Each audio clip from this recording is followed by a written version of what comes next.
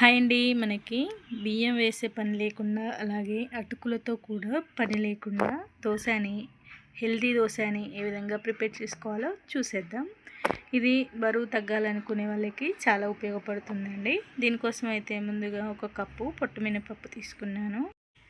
అన్నీ ఒక్కొక్క కప్పు తీసుకోవాలి. ఒక కప్పు రాగులు, ఒక కప్పు సజ్జలు, ఒక కప్పు అరికెలు, అలాగే ఒక కప్పు పెసలు తీసుకోవాలి. ఇప్పుడు ఇందులోనే ఒక పావు కప్పు వరకు శనగపప్పు తీసుకోవాలి. అలాగే కొద్దిగా సగ్గుబియ్యం, ఒక స్పూన్ వరకు మెంతులు తీసుకోవాలి. ఇది వాటర్ పోసుకొని మనము నైట్ అంతా నానబెట్టుకోవాలి. మార్నింగే వీటిని శుభ్రంగా 2 సార్లు కడుక్కొని మిక్సీ జార్లో వేసుకొని మన దోశ ప్యాటర్న్ లాగా మిక్సీ పట్టుకోవాలి. ఇప్పుడు ఇందులోనే కొద్దిగా సాల్ట్ వేసి కలుపుకొని ఇప్పుడు స్టవ్ పైన పెనం పెట్టుకొని దోశ ప్యాన్ అనేది బాగా హీట్ అయిన తర్వాత దానిపైన పిండి వేసుకొని దోశలాగా వేసుకోవాలి. ఇప్పుడు ఇది కొంచెం కాలిన తర్వాత ఆయిల్ వేసుకొని తిప్పేసుకోవాలి. ఆయిల్ ప్లేస్లో మనం నెయ్యిన వాడుకోవచ్చండి. టేస్ట్ అయితే చాలా బాగుంటాయి. ఒకసారి చేసుకుంటే మనకి వదిలిపెట్టాలనిపించదు. అందులోనూ రైస్ వద్దనుకునే వాళ్ళకి ఇది చాలా ఉపయోగపడుతుంది.